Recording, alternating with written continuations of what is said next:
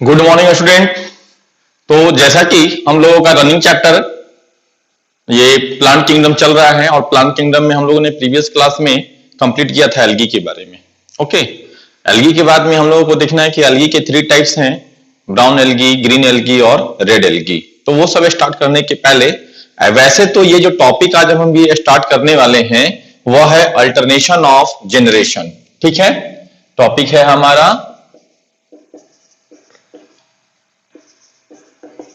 Alternation of generation. Actual में ये topic जो है बेटा वो लास्ट में कराया जाता है, जब चैप्टर ये कंप्लीट हो जाता है तब लास्ट में कराते हैं। बट जैसे कि कल एल्गी में आपको मैंने बताया था लाइफ साइकिल के बारे में कि एल्गी का लाइफ साइकिल कैसा होता है। तो एल्गी का लाइफ साइकिल जो है वो हैप्लॉन्टिक, डिप्लॉन्टिक एंड हैप्लोडिप्लॉन्टिक होता है। कैसा? हैप्लॉन्टिक लाइफ साइकिल, फिर उसके बाद में आया था डिप्लॉन्टिक लाइफ साइकिल। ओके, तो ये होता क्या है अभी आपको कंफ्यूजन होगा और ये हर जगह भी यूज आना है।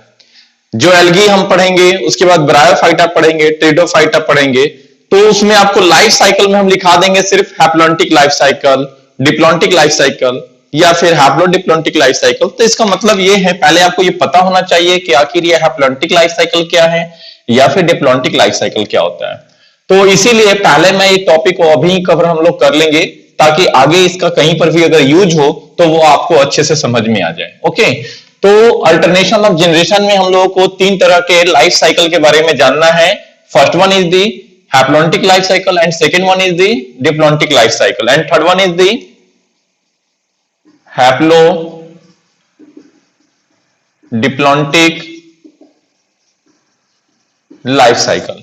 आपके एनसीईआरटी के लास्ट में दिया हुआ है या किसी भी प्रेफरेंस बुक में ये टॉपिक आपको लास्ट में आता है, बट समझने के लिए हम लोग यहां पर ये लेकर के चलेंगे कि क्या होता है। तो जो फर्स्ट वन हमारा हेडिंग होगा वो क्या है? Haplontic life cycle. Okay, haplontic life cycle क्या होता है? जैसे कि कल आपको मैंने बताया था कि एल्गी में कि लाइफ साइकिल इसका तीनों टाइप्स के होते हैं। 3 टाइप्स यहां पर जो दिए हैं, तो एल्गी ये तीनों टाइप्स के लाइफ साइकिल को रिप्रेजेंट करता है, यानी उसमें ये तीनों तरह के लाइफ साइकिल होते हैं। ये तीनों टाइप्स के लाइफ साइकिल है क्या चीज, उसी के बारे में हम लोग यहां बात करेंगे। देखो, जब पेरेंट बॉडी हैप्लॉयड होता है, पेरेंट बॉडी जैसे हमारा बॉडी है, हमारे बॉडी के लगभग सभी सेल सिर्फ स्पर्म और ओवम को छोड़ करके जितने भी सेल हैं वो सभी डिप्लॉयड सेल हैं। हैप्लॉयड एंड डिप्लॉयड का कंसेप्ट आपको समझ में आया होगा।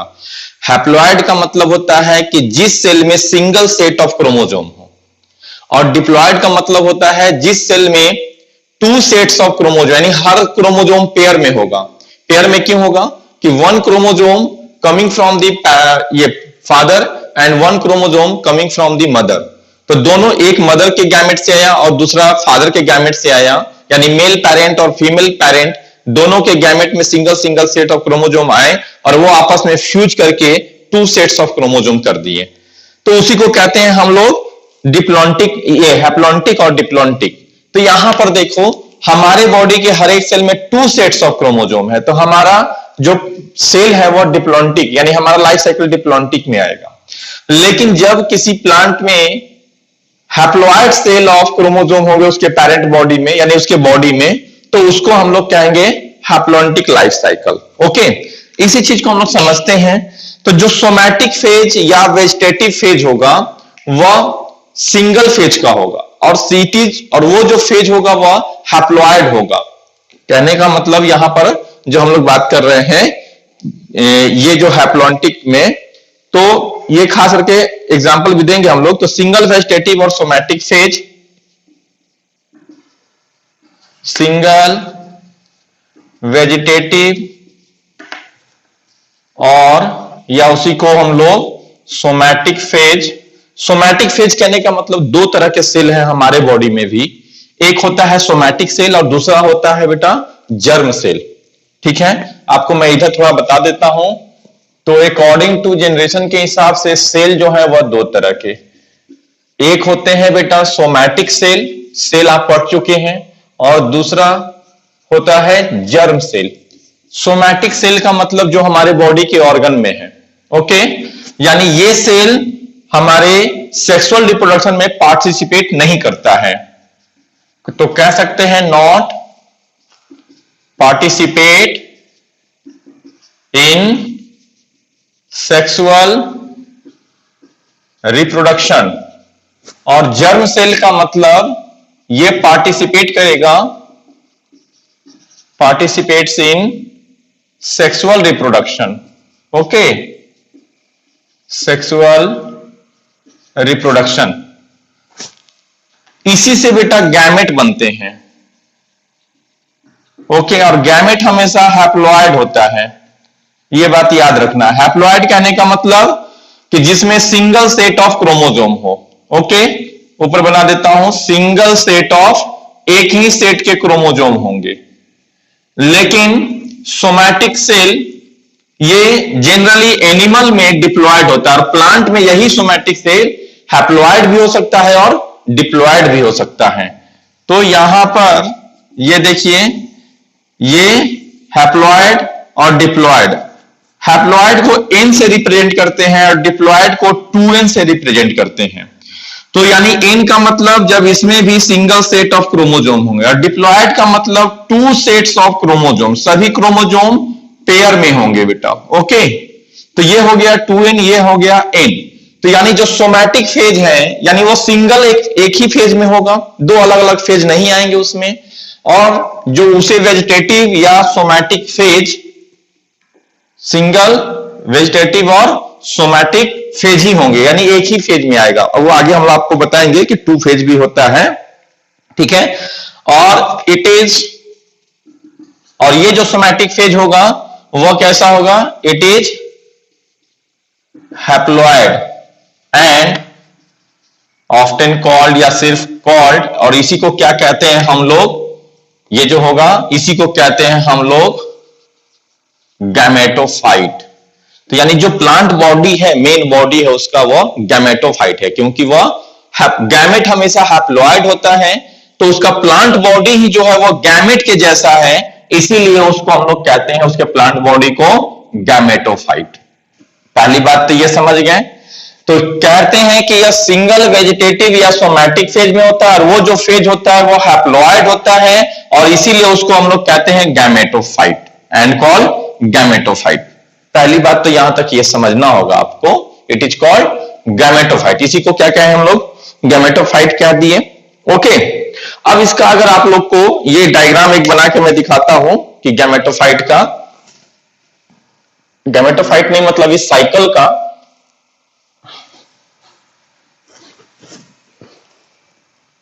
तो ये जो साइकिल है, ये साइकिल कहने का मतलब ये जो साइकिल है वो कैसे चलता है, देखिए। तो एक तो हो गया यहां पर प्लांट बॉडी, क्या कह रहे हैं, गैमेटोफाइट। तो यहां पर हम ये दिखा दिए गैमेटोफाइट। ओके, गैमेटोफाइट ग्रोथ करके क्या देगा, सेक्स ऑर्गन देगा। ये दे दिया सेक्स ऑर्गन, और इसी सेक्स ऑर्गन से क्या बनेंगे, तो सेक्स ऑर्गन से गैमेट बन गए, यानी मेल एंड फीमेल गैमेट्स। तो ओके, इस सेक्स ऑर्गन में क्या डेवलप कर गया, इस सेक्स ऑर्गन में ये gametes.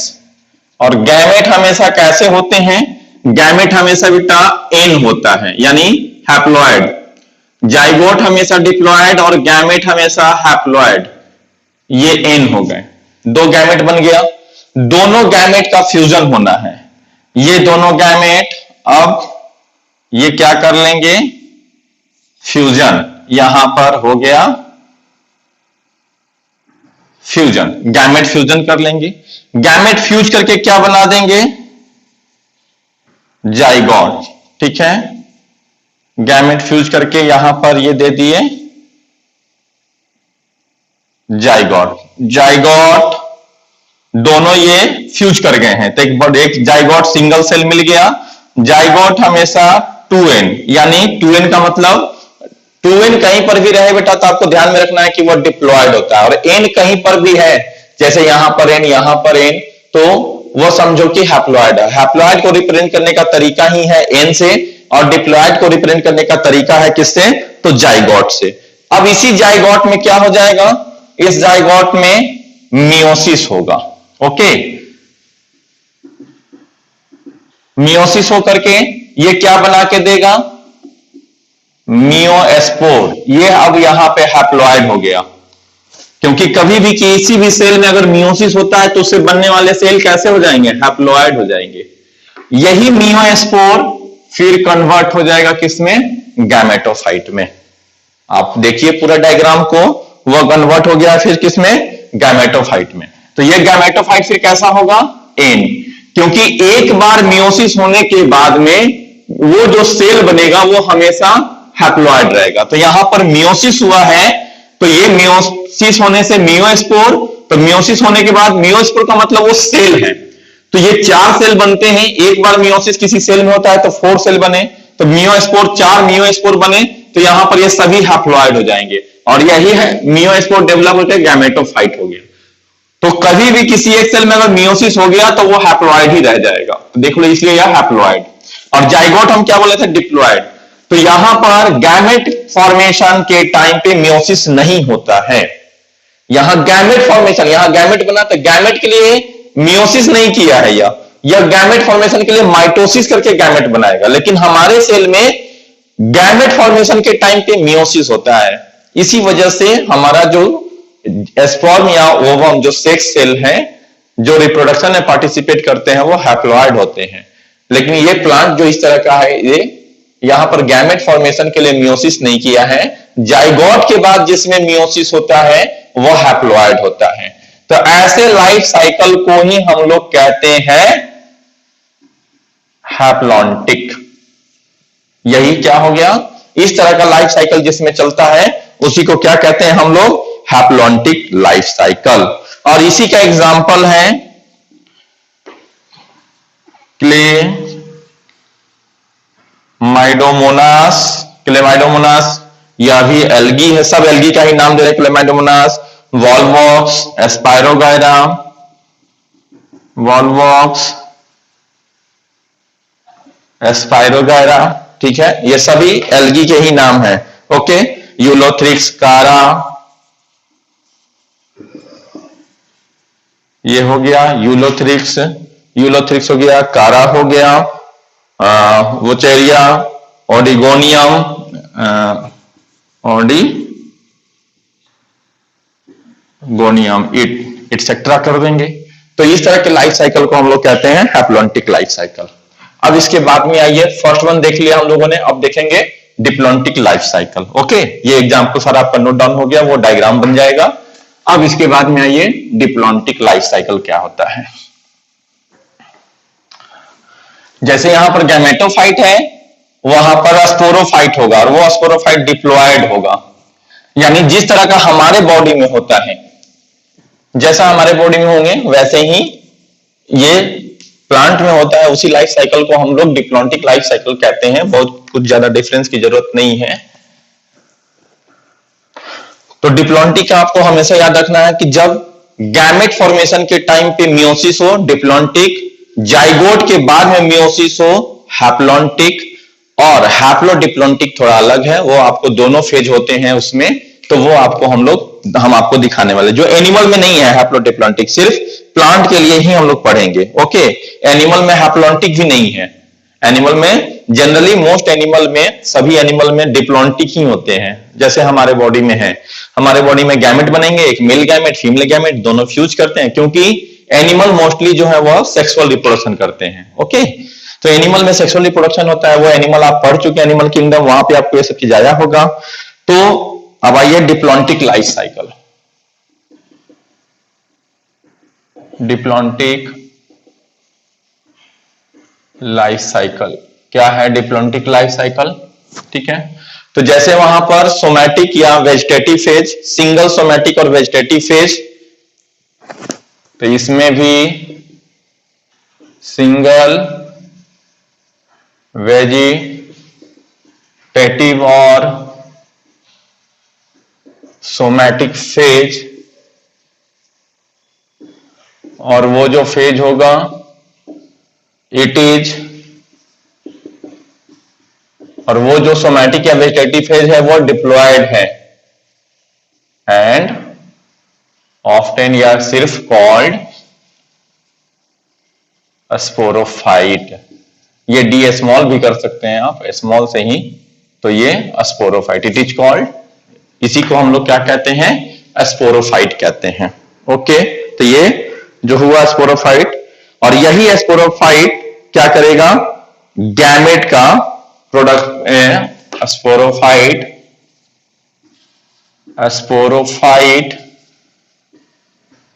Produces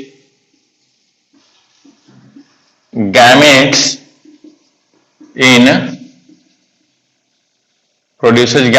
sex organ by meiosis। तो मियोसिस के थ्रू ये सेक्स ऑर्गन में गैमेट का प्रोडक्शन करता है। कौन, एस्पोरोफाइट। उसी एस्पोरोफाइट में एस्पोर मदर सेल होते हैं जहां पर मियोसिस का फॉर्मेशन, मियोसिस का प्रोसेस होता है, और उस पार्ट को एस्पोरेंजियम हम लोग कहते हैं। किसमें, एस्पोरोफाइट में। तो जिस एस्पोरोफाइट में एस्पोर मदर सेल होते हैं जहां पर मियोसिस के थ्रू गैमेट का फॉर्मेशन होगा, एस्पोरेंजियम के उस पार्ट को हम लोग, एस्पोरोफाइट के उस पार्ट को हम लोग एस्पोरेंजियम कहते हैं। जैसे हम लोग हैप्लॉइड वाले का यानी हैप्लॉन्टिक वाले का एक डायग्राम देखे थे, उसी तरह हम लोग डिप्लॉन्टिक वाले का भी क्या देखेंगे, एक डायग्राम देखेंगे। ओके, तो चलिए, तो ये एस्पोरोफाइट, सबसे पहले यहां पर एक तरफ गैमेटोफाइट,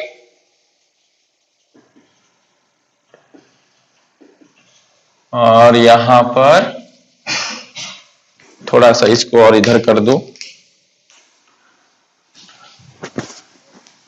नहीं गैमेटोफाइट इसमें नहीं, इसमें डायरेक्ट हम लोग इसको इधर करता हूं मैं। ये देखिए, ये हो गया स्पोरोफाइट। स्पोरोफाइट में सेक्स ऑर्गन होंगे, ठीक है, और इसी सेक्स ऑर्गन में क्या होगा बेटा, मियोसिस होकर के ये क्या बना देगा, गैमेट। ये कैसा होगा, 2n, सेक्स ऑर्गन भी 2n, क्योंकि मियोसिस के पहले वाला जो सेल होता है वो 2n ही होता है। अब यहां पर मियोसिस हो गया तो ये क्या हो जाएगा, तो ये हो जाएगा n। जो गैमेट बनेंगे वह दो तरह के गैमेट बन जाएंगे। तो जो गैमेट होंगे वह ये इस तरह से, एक मेल गैमेट तो एक फीमेल गैमेट, और यही दोनों गैमेट का फ्यूजन होना है। तो यहां पर फ्यूजन दिखाइए आप,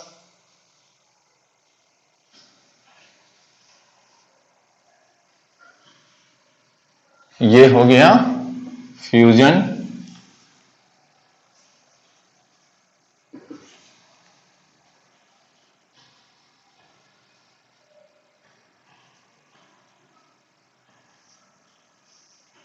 फ्यूजन के बाद क्या बनेगा, तो जाइगोट, और जाइगोट से फिर क्या डेवलप हो जाएगा, जाइगोट, और जाइगोट से डेवलप हो गया स्पोरोफाइट। तो यहां पर जाइगोट कैसा हो गया, 2n। जाइगोट क्योंकि क्यों बना है, यह भी n है और यह भी n है, दो n आपस में फ्यूजन का मतलब दोनों गैमेट फ्यूज किए तो जाइगोट बना, तो n प्लस n यानी 2n हो गया। तो जाइगोट 2n, और यही जाइगोट ग्रोथ करके स्पोरोफाइट बन गया है। अब इस स्पोरोफाइट में जब तक मियोसिस नहीं होगा तब तक वह हैप्लॉइड नहीं होगा। तो मियोसिस करके ये क्या बना दिया, गैमेट, हैप्लॉइड गैमेट बना दिया। यही इसी तरह का चीज हम लोग के बॉडी में भी होता है, इसी को कहते हैं हम लोग डिप्लॉन्टिक लाइफ साइकिल। तो ये हो गया क्या, डिप्लॉन्टिक लाइफ साइकिल। ओके, अब आइए थर्ड वन हम लोग देखते हैं, हैप्लोडिप्लॉन्टिक लाइफ साइकिल, वो कैसा होता है।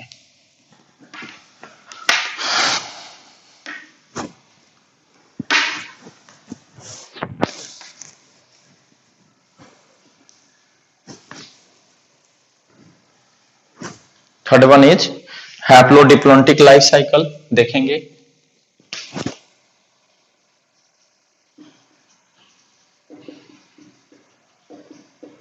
हैप्लोडिप्लॉन्टिक लाइफ साइकिल, ओके बेटा। देखिए, तो इसमें जैसे अभी तक हम लोग क्या लिख रहे थे कि सिंगल वेजिटेटिव या सोमैटिक फेज। यहां पर सिंगल नहीं, यहां पे टू फेज आएंगे। टू यानी सोमैटिक और वेजिटेटिव, जो सोमैटिक या वेजिटेटिव फेज है उसमें दो स्टेज होते हैं, एक गैमेटोफाइट स्टेज, दूसरा स्पोरोफाइट स्टेज। यानी ये दोनों चीज को दिखाएगा, क्या? हैप्लॉन्टिक साइकिल को भी दिखाएगा एंड डिप्लॉन्टिक साइकिल को भी दिखाएगा। तो यहां पर वही चीज को हम लोगों को यहां पर दिखाना है। ओके, तो वेजिटेटिव या सोमैटिक फेज जो है वह दो तरह से,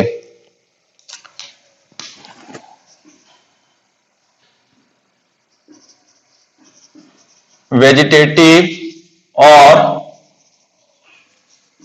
somatic phase in two stage. कौन कौन सा स्टेज है? तो एक है स्पोरोफाइट और दूसरा है गैमेटोफाइट। हैप्लॉइड वाले में क्या आया था? गैमेटोफाइट, और डिप्लॉइड वाले में क्या आया था? स्पोरोफाइट। तो ये दोनों फेज को दिखा रहा है, स्पोरोफाइट को भी एंड गैमेटोफाइट को। अब अगर हम लोग स्पोरोफाइट की बात करें तो स्पोरोफाइट कैसे बना है? इस साइकिल में स्पोरोफाइट जो है वह जाइगोट के ग्रोथ के वजह से बनता है। यानी जाइगोट यानी गैमेट का फ्यूजन होगा, दोनों गैमेट फ्यूचर के जाइगोट बनेंगे and growth of zygote produces sporophyte. ठीक है, तो two haploid gamete fuse to form zygote यानी diploid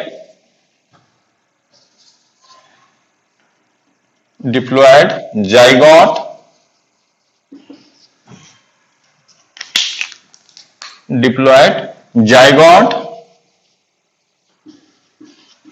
growth of zygote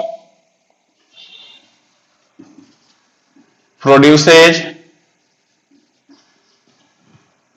sporophyte. तो जैसे जैसे जाइगोट का ग्रोथ होगा वो क्या प्रोड्यूस करेगा? वो ही स्पोरोफाइट को बना देगा। ओके, अब इसी स्पोरोफाइट में जब मियोसिस होगा, ठीक है, तो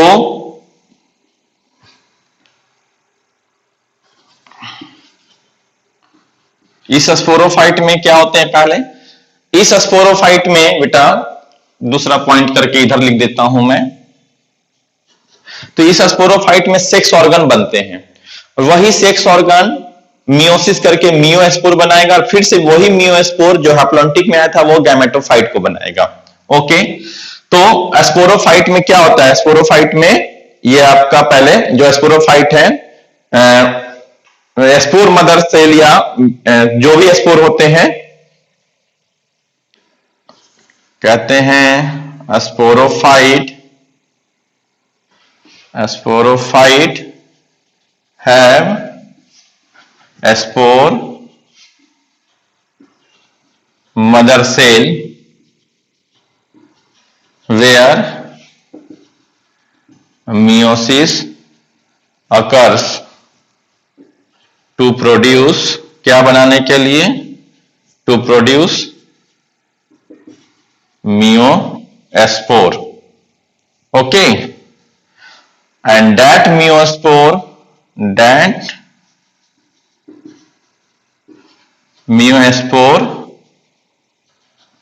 प्रोड्यूस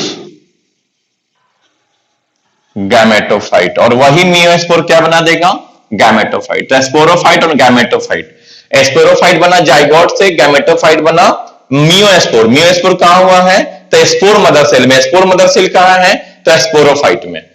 स्पोरोफाइट का मतलब उसका प्लांट का बॉडी। ओके, तो अब जैसे वो दोनों फेज का हम लोगों ने उसका डायग्राम देखा था साइकिल बना करके, यहां पर हम लोग इसका देखेंगे। ओके, तो चलिए देखते हैं हम लोग।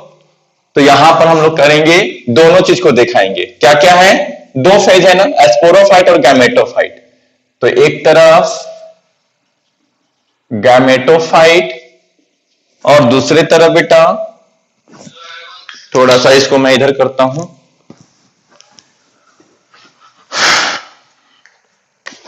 एक तरफ गैमेटोफाइट और दूसरे तरफ एस्पोरोफाइट। ओके, तो गैमेटोफाइट में क्या होगा? गैमेटोफाइट जो है वह सेक्स ऑर्गन बनाएंगे, यानी मेल सेक्स ऑर्गन और फीमेल सेक्स ऑर्गन। ओके, ये हो गया सेक्स ऑर्गन। और सेक्स ऑर्गन से क्या बनेगा? सेक्स ऑर्गन से ये गैमेट बन जाएंगे। ये क्या हो गए? Male gamete and female gamete. एक तरफ हो गया फीमेल गैमेट और एक तरफ हो जाएगा ये, इस तरह से रिप्रेजेंट कर देता हूं मैं। ये हो गया आपका फीमेल गैमेट और ये हो गया आपका मेल गैमेट। लिखने की जरूरत नहीं होगी, स्पेस बचेगा हमारा। ओके, अब ये दोनों गैमेट का फ्यूजन होना है, यहां पर फ्यूजन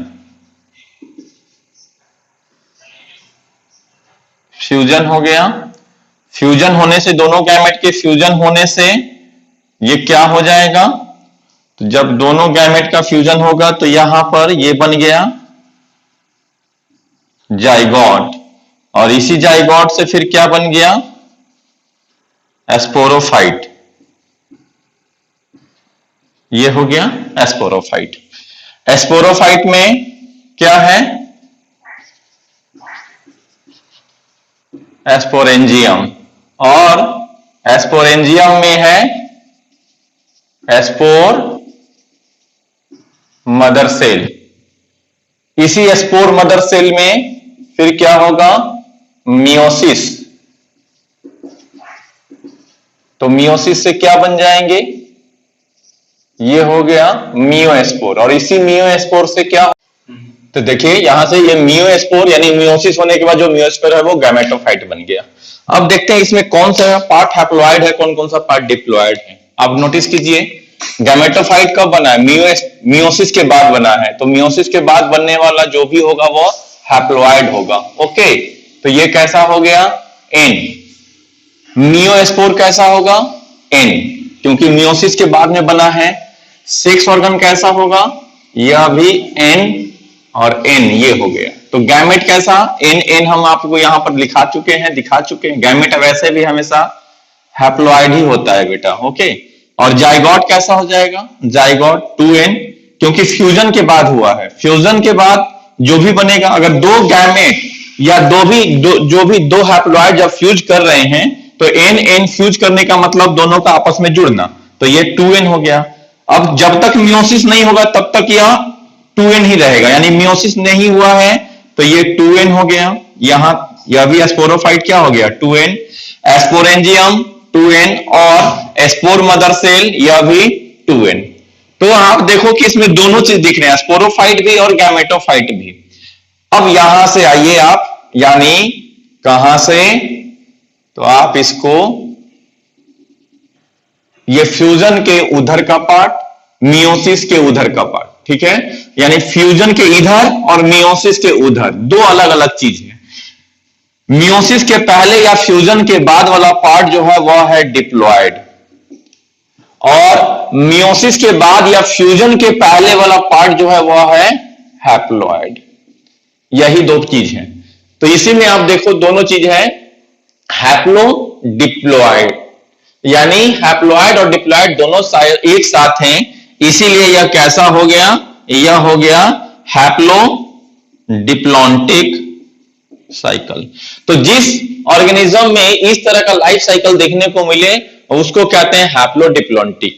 तो एल्गी में तीनों चीज देखने को मिलता है, हैप्लॉन्टिक भी, डिप्लॉन्टिक भी और हैप्लोडिप्लॉन्टिक भी। ओके, बाकी ऐसा नहीं है सभी प्लांट में, ये सिर्फ एल्गी के लिए मैं बता रहा हूं कि एल्गी में हैप्लॉन्टिक, डिप्लॉन्टिक और हैप्लोडिप्लॉन्टिक तीनों चीज देखने को मिलते हैं।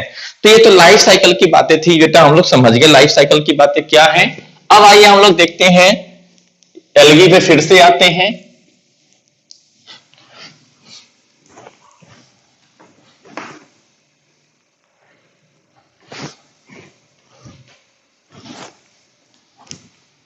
चलिए, तो अब हम लोग देखो, जो एल्गी का कल पूरा चीज हम लोग पढ़े थे, अब साइकिल भी आपको समझा दिए कि तो एल्गी में या आगे जब हम ब्रायोफाइटा में आपको देंगे तो हैप्लोडिप्लॉन्टिक लाइफ साइकिल जो है उसका एग्जाम्पल जो है वो कौन कौन है, वो आप जैसे आपको हैप्लॉइड में और डिप्लॉन्टिक में, ये हैप्लॉन्टिक या डिप्लॉन्टिक में आपको लिखाए थे, तो उसी तरह का जो हैप्लोडिप्लॉन्टिक है उसमें इसके एग्जाम्पल कौन कौन से हैं।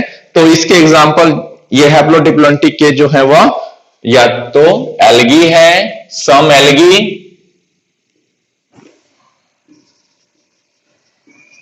कुछ एल्गी और ब्रायोफाइटा एंड ट्रिडोफाइटा, ये इसके एग्जाम्पल होते हैं। ठीक है, तो चलिए अब आइए, एग्जाम्पल भी हो गया, यहां पर आपको दिखा दिए एग्जाम्पल भी। अब आप आइए एल्गी। तो बेटा जो कल एल्गी हम लोगों ने देखा था, एल्गी जो है वह 3 टाइप्स के हैं।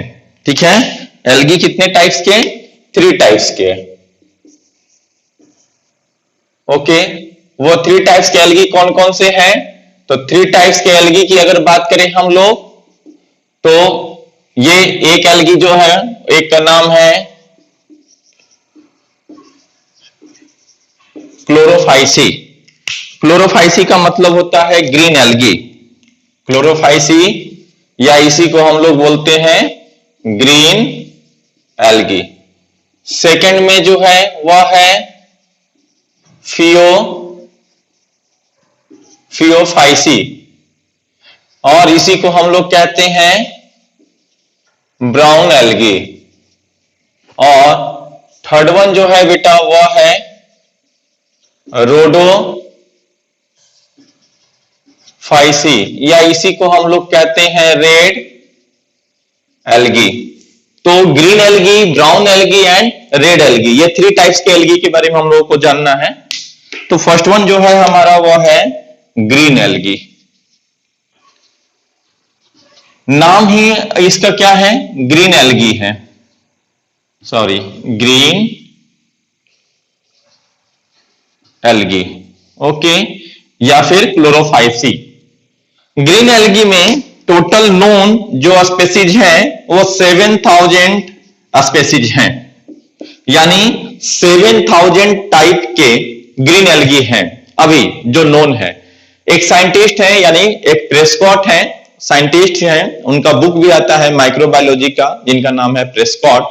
उनके हिसाब से वो कहते हैं कि 20,000 से भी ज्यादा ग्रीन एल्गी है होंगे, बट रिकॉर्डेड जो है अकॉर्डिंग टू जो हमारे पास डेटा है तो 7000 स्पेसीज इंक्लूडेड, 7000 स्पेसीज जो है वह इसमें इंक्लूडेड हैं। आपको हम उस दिन बात करके बताए थे, आपको एक टर्म याद रखने के लिए, क्या है वो? तो HBN रेक, यानी पहले हैबिटेट को देखेंगे हम लोग, उसके बाद प्लांट बॉडी को देखेंगे, न्यूट्रिशन, न्यूट्रिशन में ही पिगमेंट N लिखें या P लिखें, यानी न्यूट्रिशन या पिगमेंट, उसके बाद रिप्रोडक्शन, इकोनॉमिक इंपॉर्टेंस और कॉमन स्पेसीज। ये सारे टॉपिक वाइज हम लोग को चलना है। तो देखिए ग्रीन एल्गी का अगर H हम लोग बात करें यानी हैबिटेट, तो ग्रीन एल्गी का हैबिटेट क्या है? Green algae habitat, green algae का हैबिटेट सभी जगह होता है, यानी कि यह एक्वेटिक है,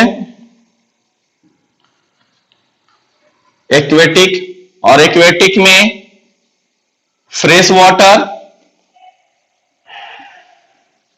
और साथ ही साथ marine water. But marine water सिर्फ 20% जो ग्रीन एल्गी हैं वही मैरीन वाटर में होते हैं, बाकी मोस्टली या तो फ्रेश वाटर में होगा बेटा, नहीं तो टेरेस्ट्रियल होगा। मोस्टली क्या है? मैरीन वाटर या सॉरी फ्रेश वाटर या एक टेरेस्ट्रियल। तो एक्वेटिक हो गया and terrestrial.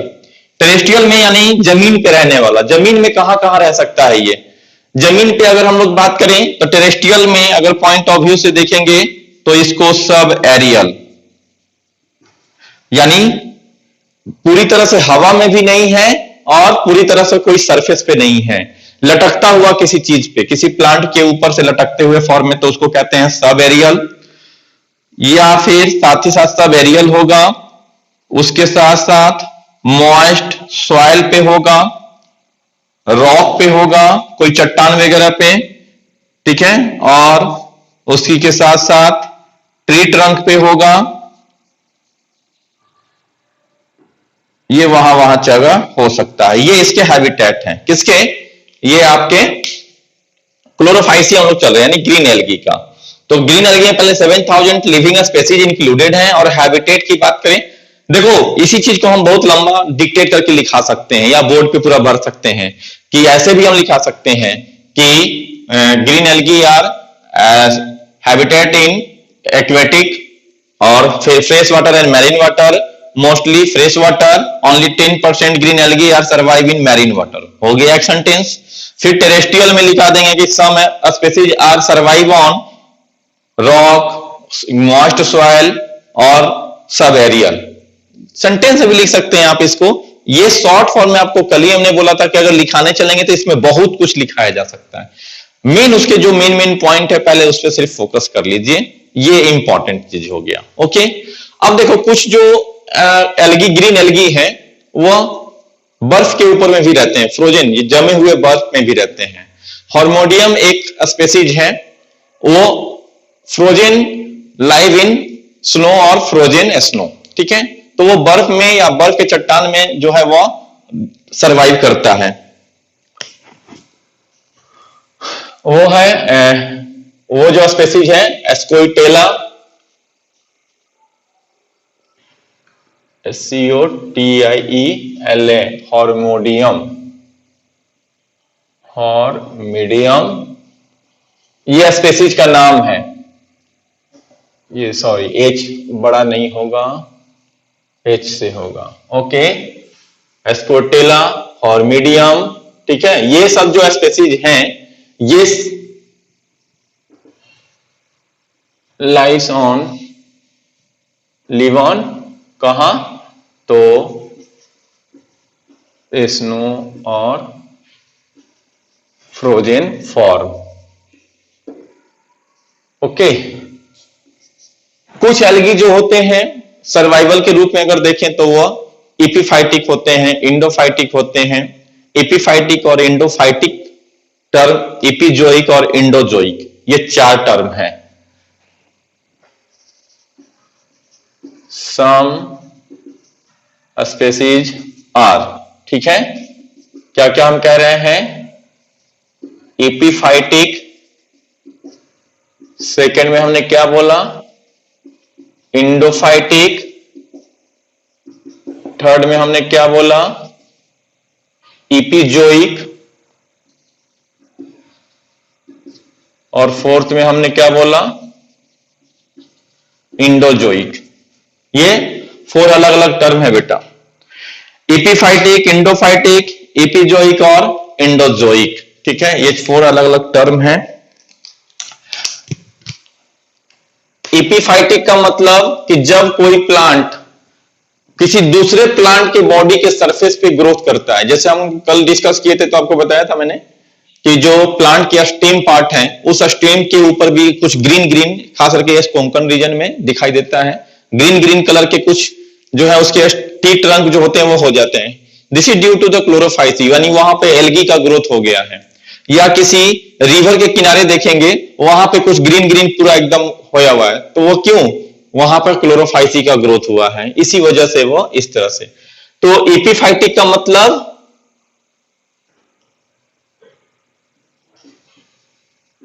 Plant grow on surface of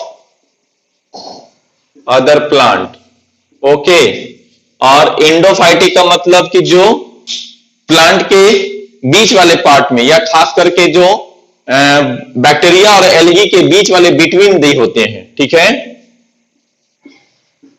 grow between part. उसी तरह से एपिजोइक, एपिजोइक का मतलब होता है बेटा कि जब जो ऑर्गेनिज्म किसी एनिमल के बॉडी के अंदर, बॉडी के सरफेस पे ग्रोथ करता है, organism grow on the surface of other animal. Organism grow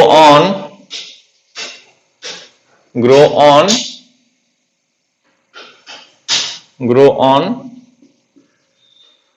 body surface of other animal। Organism grow on body surface of other animal. अब यहां पर लिखते हैं एंडोजोइक का, ये एपिजोइक का लिखा है मैंने। एंडोजोइक का मतलब कि organism grow inside the body, grow inside body या बॉडी सरफेस। तो ये कुछ एल्गी जो होते हैं एपिफाइटिक भी हो सकते हैं, इंडोजोइक भी हो सकते हैं, एपिजोइक भी हो सकते हैं और एंडोजोइक भी हो सकते हैं। ओके, तो यहां पर इस तरह से आप देख लिए। अब आइए देखते हैं इसके हम लोग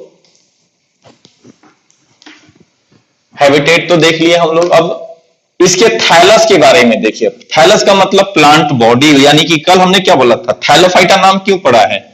थैलोफाइटा नाम इसका इसलिए पड़ा है क्योंकि जो प्लांट बॉडी है वो अनडिफरेंशिएटेड है, रूट स्टेम और लीफ में डिफरेंशिएटेड नहीं है, इसीलिए वैसे बॉडी को हम लोग कहते हैं थैलस। तो इसका यानी जो थैलस है वो कैसा होता है? अगर इसके हम लोग यानी हमने एच वाला पार्ट देख लिया, हम क्या क्या बोले थे, क्या क्या देखना है हम लोगों को? H B N R E C, H का पार्ट हैबिटेट हम लोगों ने देख लिया है। ठीक है, एक और पॉइंट है, सिफेल्यूरोस करके एक पैरासिटिक नेचर का होता है। Cephaleuros is parasitic on some species of higher plant. Okay, ये सिफेल्यूरोस एक बहुत इंपॉर्टेंट है, आपको याद रखना पड़ेगा क्योंकि इससे बहुत क्वेश्चन पूछता है। सिफेल्यूरोस, CEPHALEUROS, ये हुआ। ये एक ऐसा एल्गी है जो खास करके टी प्लांट के ऊपर या कॉफी प्लांट के ऊपर या कोई साइट्रस प्लांट के ऊपर जब जाता है तो उसके प्रोडक्शन को डिक्रीज कर देता है। ठीक है, तो यहां पर लिखेंगे it reduces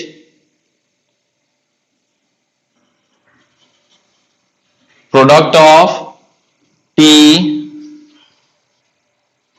coffee and citrus plant. 50% production को रिड्यूस कर देता है। ओके, तो ये एच वाला पार्ट हमारा पूरा हो गया। अब plant body, B for plant यानी बॉडी के बारे में। तो बॉडी क्या है पहले? तो थैलस, यानी इसका थैलस कैसा होता है। ठीक है, थैलस की जब हम लोग बात करेंगे तो थैलस इसका जो है वह है आपका यूनिसेलुलर, फ्लैजिलेटेड भी हो सकता है, यानी जो प्लांट बॉडी होगा एक ही सेल का बना होगा और उसके ऊपर फ्लैजिला लगे होंगे। सीलिया एंड फ्लैजिला आपने सेल के टॉपिक में पढ़ा है।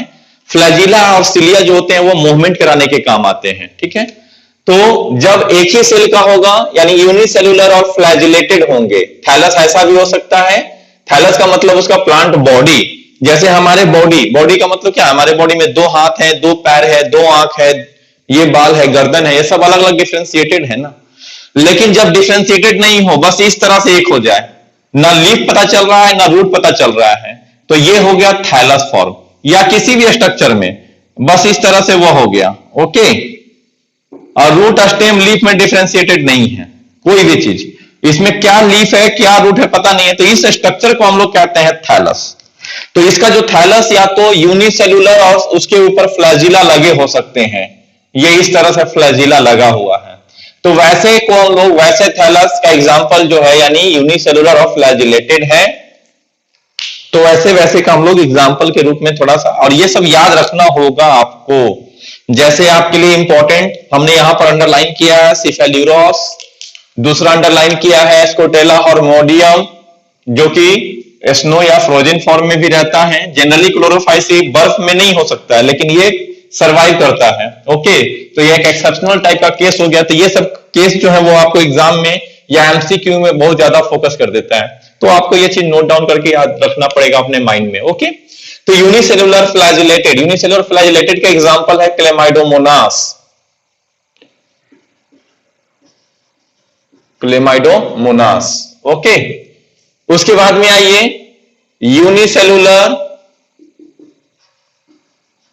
Unicellular non flagellated.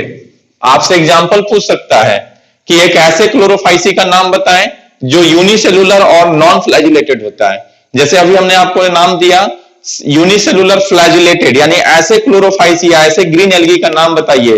आपको एमसीक्यू में डाल देगा, please give out the example of unicellular flagellated Chlorophyceae, और 4 नाम दे देगा। एक एल्गी होगा रेड एल्गी से, एक एल्गी बिलोंग करेगा ब्राउन से, और आपको एक एग्जांपल डालेगा ये क्लेमाइडोमोनास। जब आपको ये माइंड में याद रहेगा क्लेमाइडोमोनास का प्लांट बॉडी कैसा होता है, तो यूनिसेलुलर और फ्लैजिलेटेड होता है, तो आपको यहां पर लेके चलना पड़ेगा क्लेमाइडोमोनास यूनिसेलुलर और फ्लैजिलेटेड होता है। उसी तरह एग्जांपल में ये आपको याद रखना है यूनिसेलुलर नॉन फ्लैजिलेटेड। यूनिसेलुलर बेटा नॉन फ्लैजिलेटेड में एग्जांपल है क्लोरेला, ये हो गया इसका एग्जांपल, नीचे लिखता हूं मैं, ये हो गया क्लोरेला। उसके बाद कैरेसियम एंड एसिटेबुलेरिया, कैरेसियम एंड एसिटेबुलेरिया। ओके, फिर आपको एक और है जैसे फ्लैजिलेटेड कॉलोनी के फॉर्म में, यहां पर यूनिसेलुलर फॉर्म में है, तो अब पूछ देगा आपसे फ्लैजिलेटेड कॉलोनी, यानी बहुत सारे सेल आपस में जुड़ करके कॉलोनी बनाएंगे। कॉलोनी यानी बहुत सारे इंडिविजुअल आपस में जुड़ के कॉलोनी का फॉर्मेशन कर लेगा। ओके, तो ये हो जाएगा ये flagellated and colony. Flagellated colony की अगर बात करें फ्लैजिलेटेड कॉलोनी, तो वो होता है वॉल्वोक्स, एग्जाम्पल है ये। उसी तरह non flagellated colonies, non flagellated colony भी पूछ सकता है। तो नॉन फ्लैजिलेटेड कॉलोनी में अस्केंडेस्मस, डिक्टियन, ये सब नाम है ग्रीन एल्गी के। एसिटेबुलेरिया को हम लोग अम्ब्रेला से भी बोलते हैं, अम्ब्रेला एल्गी, ये भी याद रखिए एसिटेबुलेरिया को। इसके एग्जाम्पल हैं डिक्टियन, अस्केंडेस्मस। प्लांट में एग्जाम्पल याद रखना बहुत जरूरी, जैसे अभी आप एनिमल किंगडम देखे होंगे, एनिमल किंगडम में आर्थ्रोपोडा आया होगा, लार्जेस्ट फाइला है, तो उसमें बहुत सारे स्पेसीज के नाम आए होंगे। उसी तरह यहां पर वो ये सब स्पेसीज नेम है, जीनस नेम है, आपको यहां पर थोड़ा सा ये सबको याद रखना ही पड़ेगा। ओके, तो ये यहां पर हो गया थैलस के बारे में। प्लांट बॉडी में अभी हम लोग चल रहे हैं, यानी बॉडी थैलस देखें।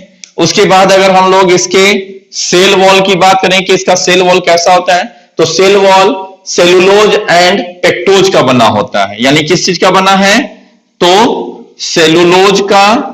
सेलुलोज क्या होता है, तो सेलुलोज इनर लेयर है। बायोमोलिकुल में मैंने आपको बता दिया है सेलुलोज कार्बोहाइड्रेट है।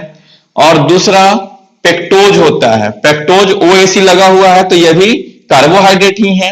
यहां भी ओएसी लगा तो कार्बोहाइड्रेट है, पहचानने का आसान सा तरीका है। पेक्टोज जो होता है वो आउटर लेयर में होता है, यानी ग्रीन एल्गी के, खास करके ग्रीन एल्गी के जो स्पेसीज हैं उसका इनर लेयर में क्या होगा, सेलुलोज, और आउटर लेयर में पेक्टोज होंगे। ओके, तो ये सेल वॉल की बात हो गई। सेल वॉल के बाद में अब आइए क्लोरोफिल इसका कैसा होता है। तो इसके क्लोरोफिल में 2 से 20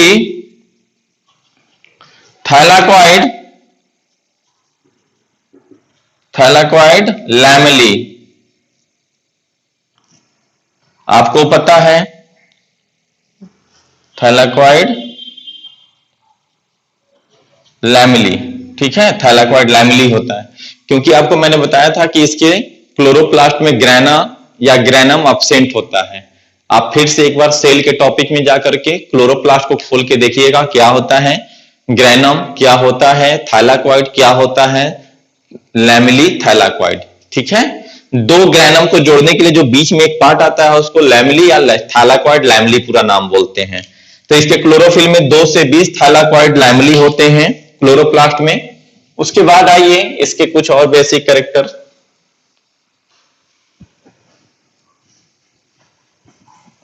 ठीक है, तो सेल वॉल हो गया। अब इसके हम लोग क्लोरोप्लास्ट भी हो गया। क्लोरोप्लास्ट के बाद में इसमें पिगमेंट कौन कौन से होते हैं?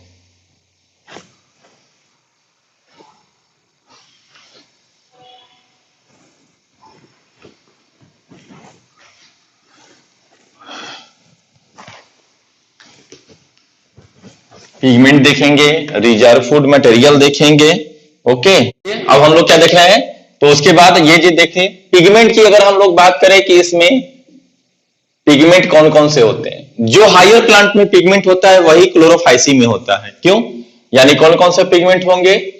तो chlorophyll A, chlorophyll B, carotene and xanthophyll, ये सारे पिगमेंट होते हैं। ओके, पिगमेंट है इसका मतलब मोड ऑफ न्यूट्रिशन, यानी पिगमेंट है यानी न्यूट्रिशन कैसा होगा? न्यूट्रिशन फोटोसिंथेटिक हो गया। हमारे यहां हम फोटोसिंथेसिस नहीं कर सकते हैं क्योंकि हमारे अंदर पिगमेंट नहीं है। प्लांट कर सकता है क्योंकि प्लांट में पिगमेंट है। तो पहले पिगमेंट का नाम दिया और न्यूट्रिशन फोटोसिंथेटिक हो गया। ठीक है, अब रिजर्व फूड, आप अपने बैंक में क्या रिजर्व करके रखते हो? पैसा। क्यों? कि जब जरूरत पड़े तो काम करे। उसी तरह हमारे बॉडी में भी रिजर्व फूड होता है, जैसे ग्लाइकोजेन कहते हैं, जो हमारे लीवर और मसल्स में रिजर्व होता है। प्लांट में जो है वो रिजर्व फूड, यहां पर इस प्लांट में स्टार्च रिजर्व फूड मटेरियल होता है। उसके बाद आइए रिप्रोडक्शन। रिप्रोडक्शन में यह एसेक्सुअल रिप्रोडक्शन, एसेक्सुअल रिप्रोडक्शन को करता है। और एसेक्सुअल रिप्रोडक्शन दोनों तरह से produces both type of spore, यानी कैसे?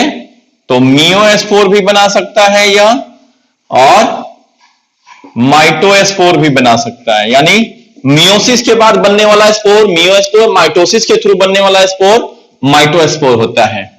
और आप एसेक्सुअल रिप्रोडक्शन मैंने आपको बैक्टीरिया फंगाई में भी बताया था कौन कौन से, तो जूस्पोर, अल्पैनोस्पोर। जूस्पोर का मतलब जो मोटाइल स्पोर होता है, मोटाइल स्पोर, उसको हम लोग कहते हैं जूस्पोर, जो फेवरेबल कंडीशन में बनता है। और अल्पैनोस्पोर का मतलब नॉन मोटाइल। तो ये सारा चीज आपको पहले बताया हुआ है, बस उसको आप रिकॉल कर लीजिए एक बार। ओके, तो जूस्पोर बनेगा, अल्पैनोस्पोर बनेगा, उसके बाद हिप्नोस्पोर भी बनता है, ये सारे स्पोर इसमें, और एकाइनिट्स, ये सारे स्पोर बनते हैं। तो ये हो गया आपका बेटा एसेक्सुअल रिप्रोडक्शन की बात। ओके, अब इसमें हम लोग देखेंगे सेक्सुअल रिप्रोडक्शन की बात। ये सेक्सुअल रिप्रोडक्शन इसमें किस तरह से, फटाफट। तो सेक्सुअल रिप्रोडक्शन तीनों टाइप से, isogamy, anisogamy and ओगैमी। Okay, isogamy, anisogamy and ओगैमी, तीनों टाइप से सेक्सुअल रिप्रोडक्शन करता है यह। सेक्सुअल रिप्रोडक्शन, सेक्सुअल रिप्रोडक्शन में कौन कौन सा? तो आइसोगैमी, आइसोगैमी का मतलब fusion of two similar gamete, fusion of two similar gametes. Okay, और जो सिमिलर गैमेट का मतलब मॉर्फोलॉजिकली सिमिलर होंगे। कैसे सिमिलर होंगे? Morphologically similar. मॉर्फोलॉजिकली सिमिलर का मतलब बाहरी बनावट से दोनों सिमिलर हैं। जैसे हम और आप, हमारे और आपके बीच में एकदम सारी चीज एकदम सिमिलर है, तो मॉर्फोलॉजिकली बोथ आर सिमिलर। उसी तरह यानी दोनों का हाइट, दोनों का लेंथ, वो सारा चीज अगर सेम है तो। उसके बाद में आइसोगैमी और एनआइसोगैमी। ओके, एनआइसोगैमी का मतलब fusion of morphologically two different gamete। और थर्ड में है बेटा ऊगैमी। ऊगैमी का मतलब fusion of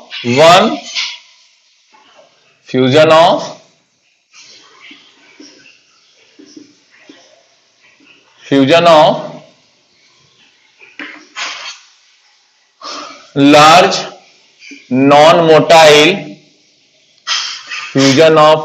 non-motile female gamete with motile small male gamete। जब एक बड़ा सा नॉन मोटाइल फीमेल गैमेट एक मोटाइल छोटे से मेल गैमेट से फ्यूज करती है, तब ऐसे सेक्सुअल रिप्रोडक्शन को हम लोग ऊगैमी कहते हैं। तो रिप्रोडक्शन भी हमारा हो गया, एच भी हो गया, बी भी हो गया, एन हो गया और आर हो गया। अब क्या बचा? Economic importance.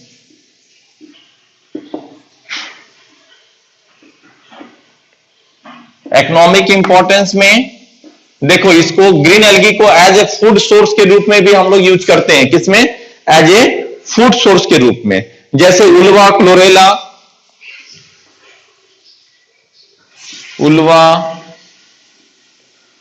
क्लोरेला, ठीक है। उसके बाद में एंटीबायोटिक्स एक्सट्रैक्टेड फ्रॉम, जैसे एंटीबायोटिक जनरली बैक्टीरिया और फंगाई से एक्सट्रैक्ट करते हैं हम लोग, लेकिन कुछ ग्रीन एल्गी भी हैं जो एंटीबायोटिक्स को बनाते हैं। तो जैसे उसमें से एक क्लोरेला है, कॉलेप्रा है, तो ये सब जो है एक्सट्रैक्टेड फ्रॉम क्लोरेला, कॉलेप्रा, ठीक है। पैरासाइट तो सिफेलोरोस आप जानते हैं, पैरासिटिक नेचर का होता है। तो सिफेलोरोस के बारे में आपको क्या बताना, बता चुके हैं हम, ठीक है। और सीवेज ऑक्सीडेशन, क्लेमाइडोमोनास, क्लोरेला, ये सब सीवेज ऑक्सीडेशन का मतलब समझिए आप लोग। जो गंदे नाले या कोई नदी, गंदा नाला है और उसमें अगर ऑर्गेनिक फूड है, तो उस ऑर्गेनिक फूड को खा करके अपना ग्रोथ करने वाला। तो जो गंदा, जितने भी ऑर्गेनिक फूड हैं या ऑर्गेनिक सब्सटेंस है जो गंदे नाले में, उसको जितना ज्यादा खाएगा यानी उतना ज्यादा वो डिग्रेड हुआ, जिसके वजह से उस नाले में पॉल्यूशन कम होता है। तो उसी को कहते हैं हम लोग सीवेज ऑक्सीडेशन। सीवेज ऑक्सीडेशन में भी ग्रीन एल्गी जो है कि इंपॉर्टेंट रोल प्ले करता है। ओके, जिसमें क्लोरेला है, क्लेमाइडोमोनास है, अस्केंडेस्मस है, क्लोरेला, क्लेमाइडोमोनास,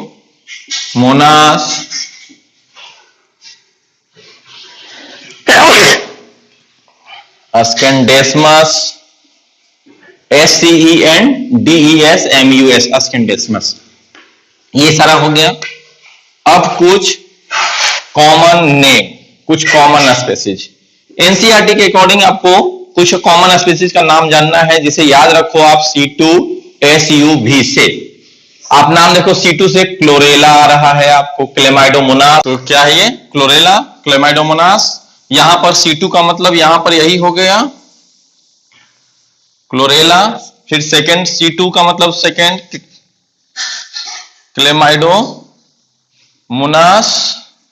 उसके बाद में है एस्पायरोगायरा, स्पायरोगायरा को बेटा हम लोग कहते हैं पॉन्ड स्कम या वाटर सिल्क। स्पायरोगायरा को क्या कहते हैं? पॉन्ड स्कम और वाटर सिल्क। ओके, तो एस से हो गया। V for U for ulothrix और वी फॉर वॉल्वोक्स। वॉल्वोक्स को हम लोग कहते हैं रोलिंग एल्गा।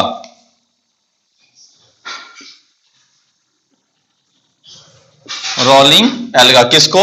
वॉल्वोक्स को। तो यहां पर ये जो है कॉमन नेम आपको एनसीईआरटी में आपको एसयू भी ज्यादा है, यानी स्पायरोगायरा, यूलोथ्रिक्स, वॉल्वोक्स। उसके साथ साथ ये भी नाम मैंने दे दिया क्लोरेला एंड क्लेमाइडोमोनास। तो ये सब कॉमन नेम एक एनसीईआरटी में भी आपका दिया हुआ है, तो थोड़ा आप इसको याद रखेंगे, ठीक है ना।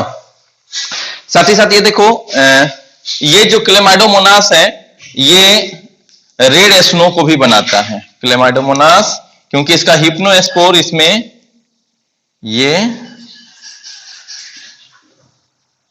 क्योंकि इसमें एक रेड कलर का हिमेटोक्रेटिक कंपोनेंट जो हमारे आरबीसी में होता है उसके जैसा मिलता जुलता इसमें एक पिगमेंट होता है, रेड पिगमेंट। बस इतने सारे चीज हैं। ये ग्रीन एल्गी में इतना ही सारा चीज है जो आपको थोड़ा सा ध्यान में रखना है। इसके बाद के जो दो टाइप हैं यानी brown algae and red algae, उसको हम लोग नेक्स्ट क्लास में करेंगे। जब तक आप इसे ग्रीन एल्गी को इतने अच्छे से फोकस कीजिए, रिवीजन कीजिए सारी चीजों का। Okay, thank you.